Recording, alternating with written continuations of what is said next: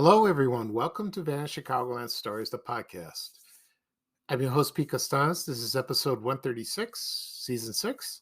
Today's date is June 4th, 2022. And thank you for joining me today. On today's program, I will talk about forgotten brands of clock radios. I'll talk about my memories of owning a clock radio. I still do. Also, I'll talk about Mark Grace of the Chicago Cubs. I have a story about him and my memories of seeing him, and just want to make a point. I'm not a sports fan, but this is very important, and I'd like to share with the with sports fans about this story, and you would like that.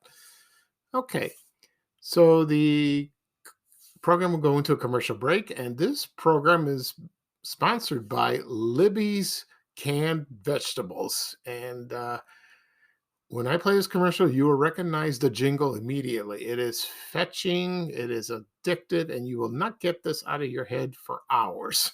Trust me. And I apologize for that. So here we go.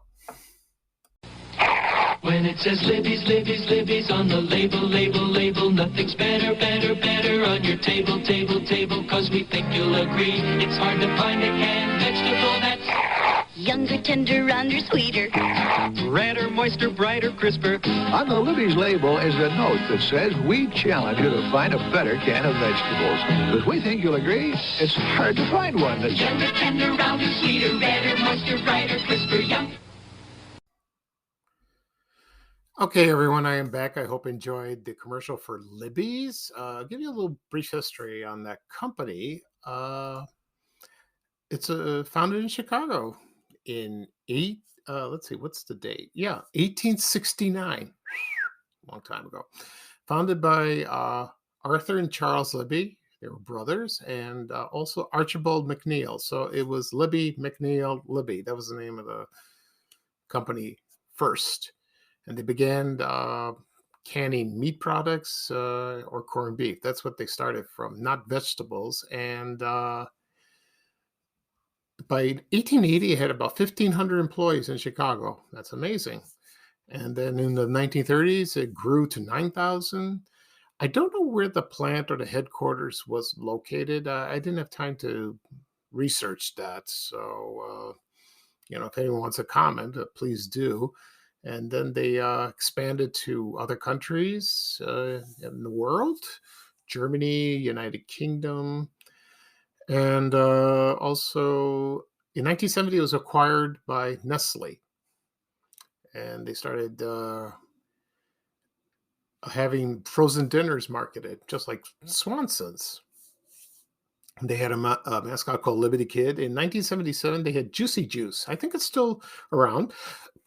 I don't think I ever had it, so it's probably good. And then it had been bought by other companies back and forth, and then I think it closed. I don't know when the company closed here.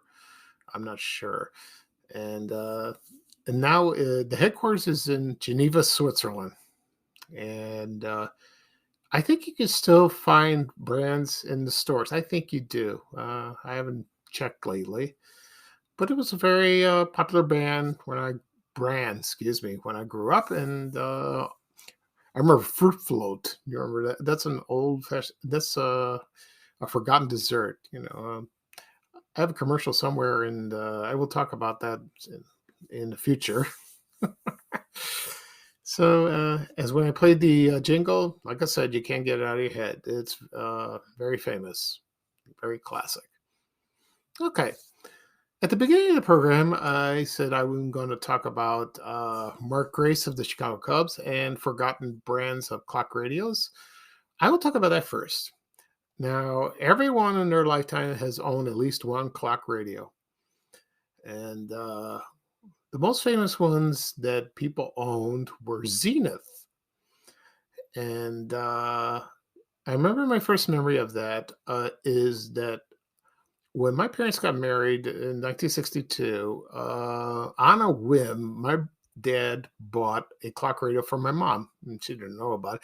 But I'm glad he did. He did the right thing, and it was brown, and it's like it had two knobs, and it wasn't digital. So, and it had like an old fashioned clock and the radio, so one side was a clock, and the other side of that was the radio stations displayed, and it was beautiful. And my parents owned that for a long time, and they threw it away because it didn't work. But I recently found one on eBay, and well, not recently. I think a long time ago.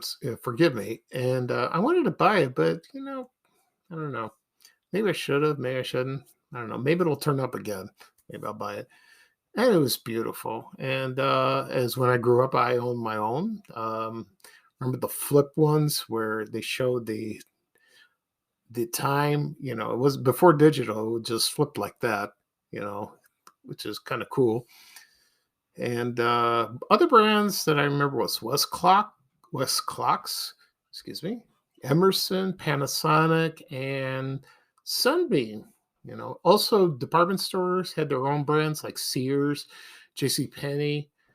Then Sony came out, from Japan. They were imported, so we got that. And all the stores carry them, mostly appliance stores, like, for example, Polk Brothers, or in the 80s, Highland Electronics, Fredder. Now Best Buy, Best Buy now sells them, I believe so. Or you can get them on Amazon if you'd like. I still own one, but it broke recently, because I dropped it one time, but it still shows the time and all that. Today, people use their iPhones, if they want to, they set the alarm to wake up. That doesn't look very decorative in your bedroom to me. I don't use it. I rather have a clock radio, and you have your favorite radio stations to wake up. Also, right now you have the snooze button. That's kind of nice. And but the number one brand of those was Zenith, made in Chicago. And someone sent me an email and says, "Why don't you do a podcast episode about Zenith?" And I said, "Yeah, I should. I haven't done one yet, but I will in the future. And I would dedicate the entire show about Zenith because it's that company had a rich history, and there was that has so much to cover. And I will do that, in the future, maybe soon. Just keep your ears open. Right now, I'm going to play a commercial for Zenith radios, from 1972. And then once that is done, I will come back and I'll discuss Mark Grace of the Chicago Cubs. So here is the commercial. Thank you. Suddenly, there's a whole new way of looking at radio. Introducing the Zenith Trendsetters.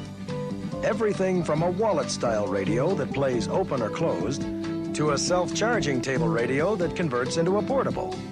Even a digital circle of sound clock radio that surrounds you with sound. See all the new Trendsetters from Zenith, where the quality goes in before the name goes on. Okay, everyone, I am back. I hope you enjoyed the commercial for Zenith radios. Like I said before, Zenith not also made radios, they also made televisions. And I did own one, a couple of them. My family has. And it's too bad the brand's gone. I think they're now made by LG, I believe.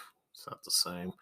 So, and their quality was outstanding, and it was wonderful. Everyone loved it. And the TVs were built like a piece of furniture. You have them in your living room. It looked beautiful. Now you want to watch television, it's a little different. They're flat, they're HD, they're 4K. They're nice, they're gorgeous, but it's not that decorative.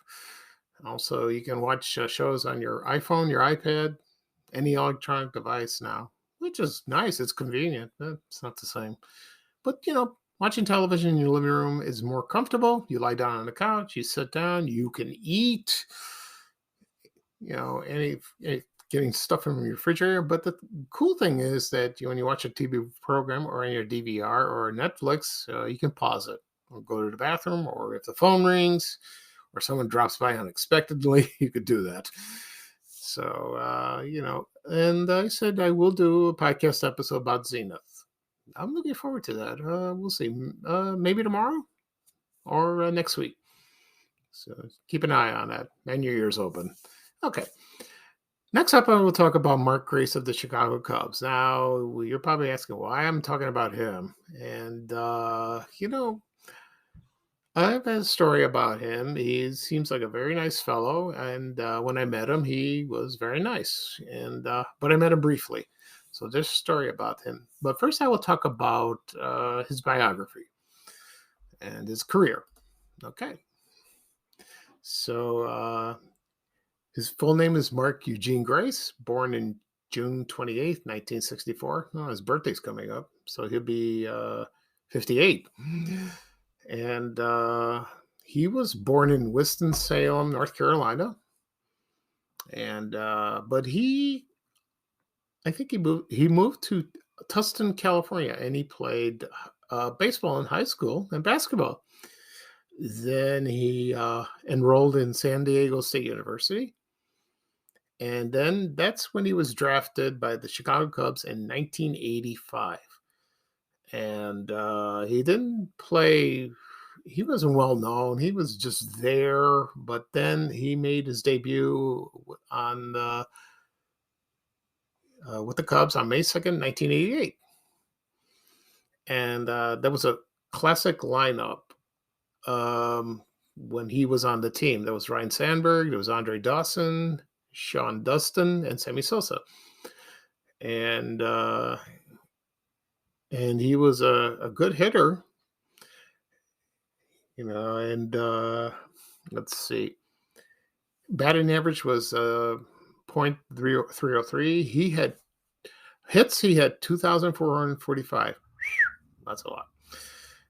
Home runs, 173. Very impressive. And runs batted in, 1,146. So if you're a huge diehard baseball fan and like statistics and them on the top of your head, that's amazing. That's wonderful. I'm glad I contribute that to explain. Just bear with me. Like I said before, I'm not a sports fan, but I find history of sports, baseball, basketball, very intriguing. And I like that because I did a podcast episode about Ron Santo a few months ago. That was interesting. When I read his biography and all that, I found it very fascinating. He was a nice man. He was wonderful.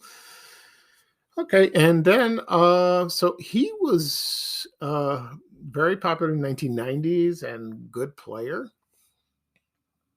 Also, here's a story about when I met him.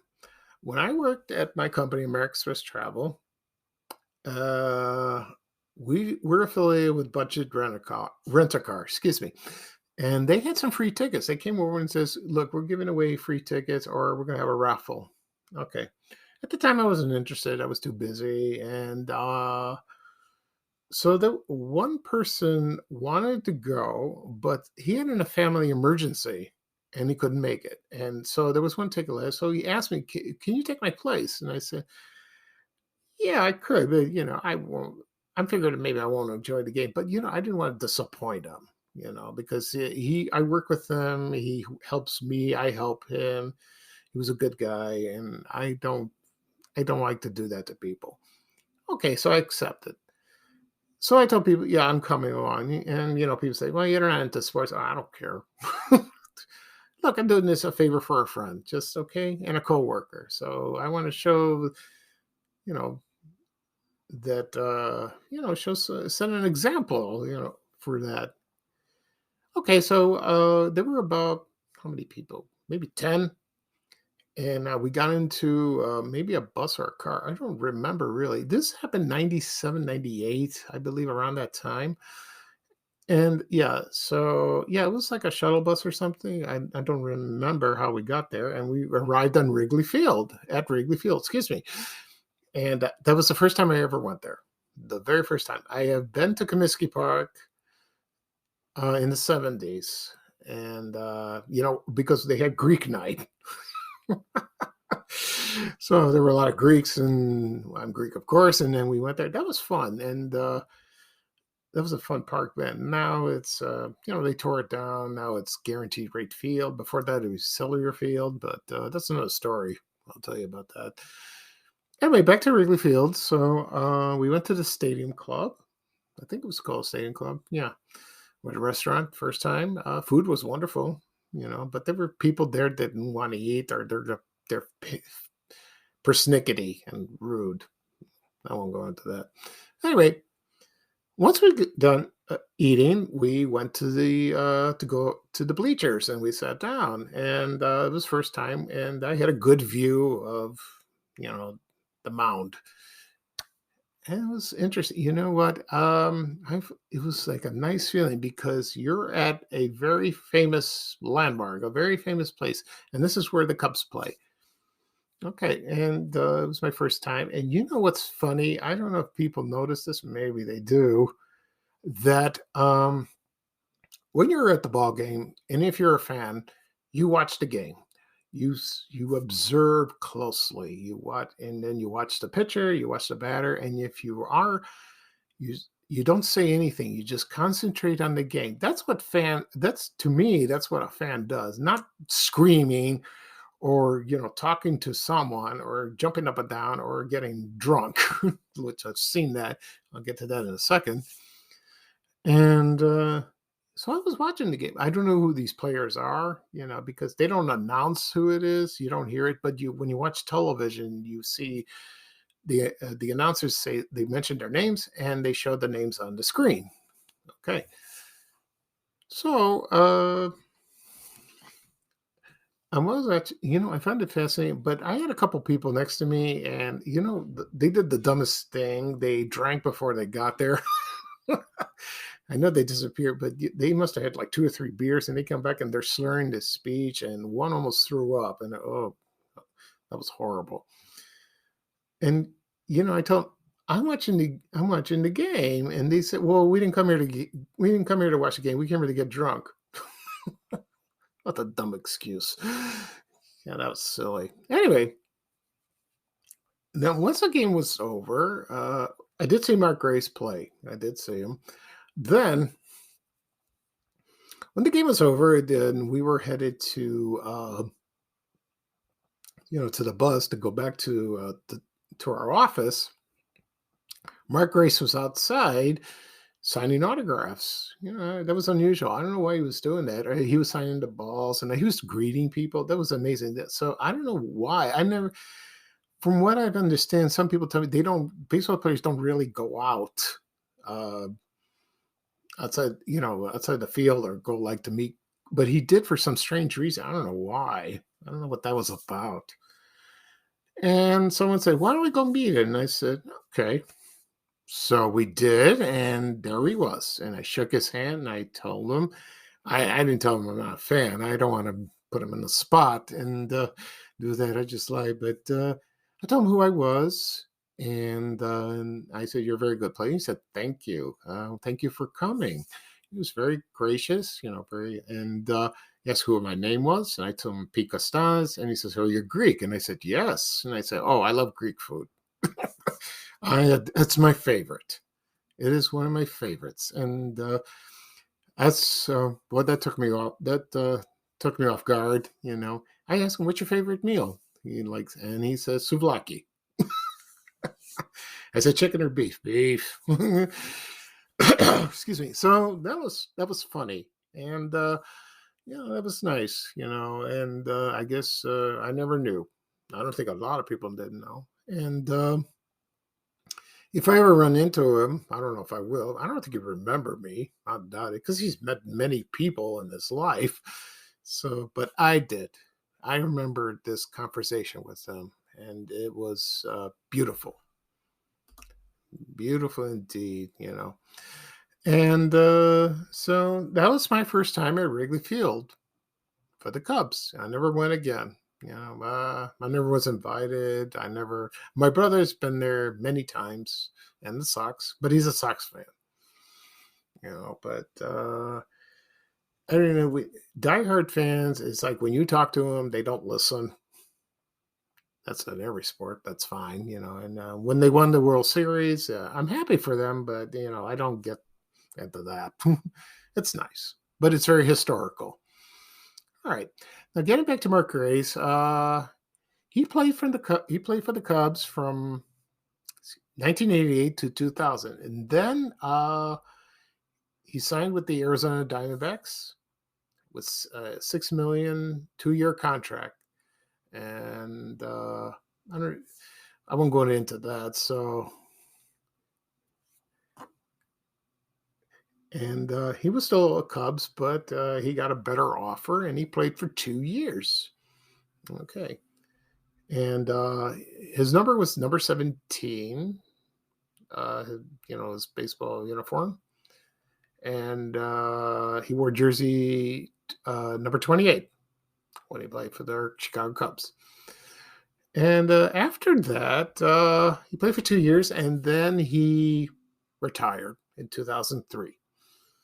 And he stayed Arizona, probably, and did some coaching, and then he went to broadcasting, and he did that for Fox Saturday Baseball for a couple of years.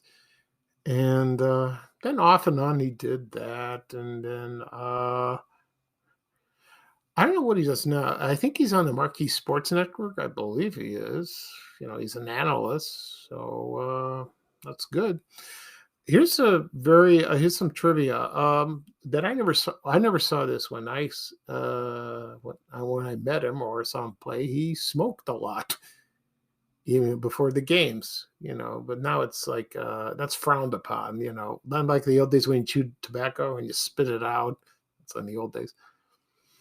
And that's what he did. I'm sure he quit, but by now, who knows? So, but he was a good guy, very supportive, and the fight. What somebody mentioned when Ray Liotta died, the actor died last week. Someone mentioned that his wife married him in 1997 after meeting at a Cubs game. Of course. So I won't go into that.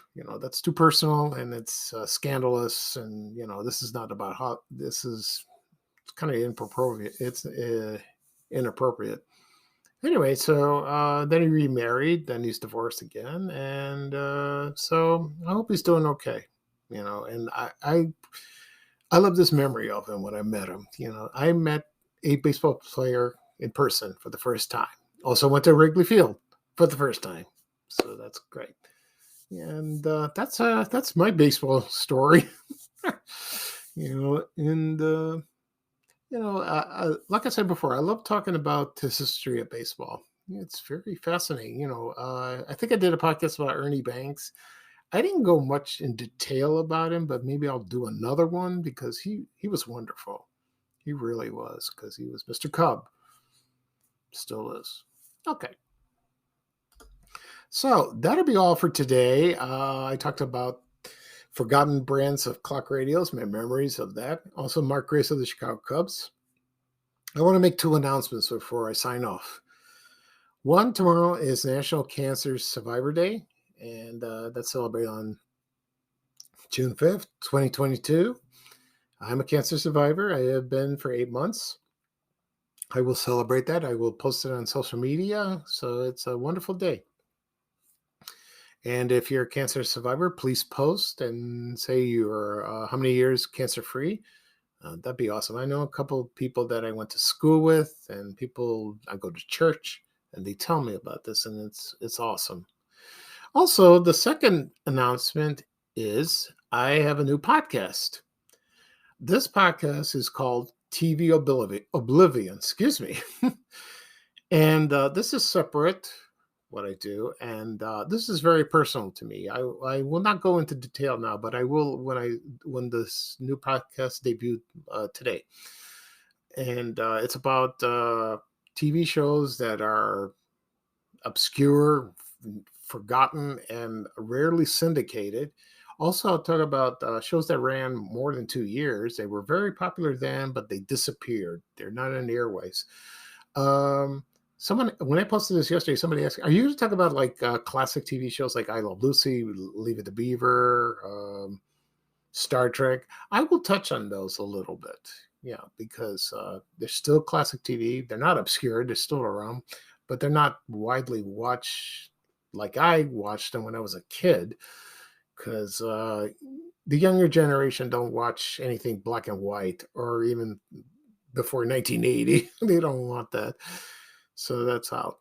So I will debut this program later on today. It'll be called TV Oblivion. It should be a lot of fun. And this is very personal to me. And I will talk about why I'm doing this, and you will understand. Okay. So this is Pete Costanas, host of Van Chicagoland Stories, the podcast. Thank you for joining me. I hope everyone have a good day. I'll probably do another episode tomorrow. I haven't decided what I'm going to talk about. Get the wheels turning, and believe me, you won't be disappointed. It'll be a lot of fun. Thank you again, and here's Ray Rayner with a little traveling music saying bye bye for now, and here's bye bye now for me. So long, everyone. Take care. We have to go. Bye, bye, bye.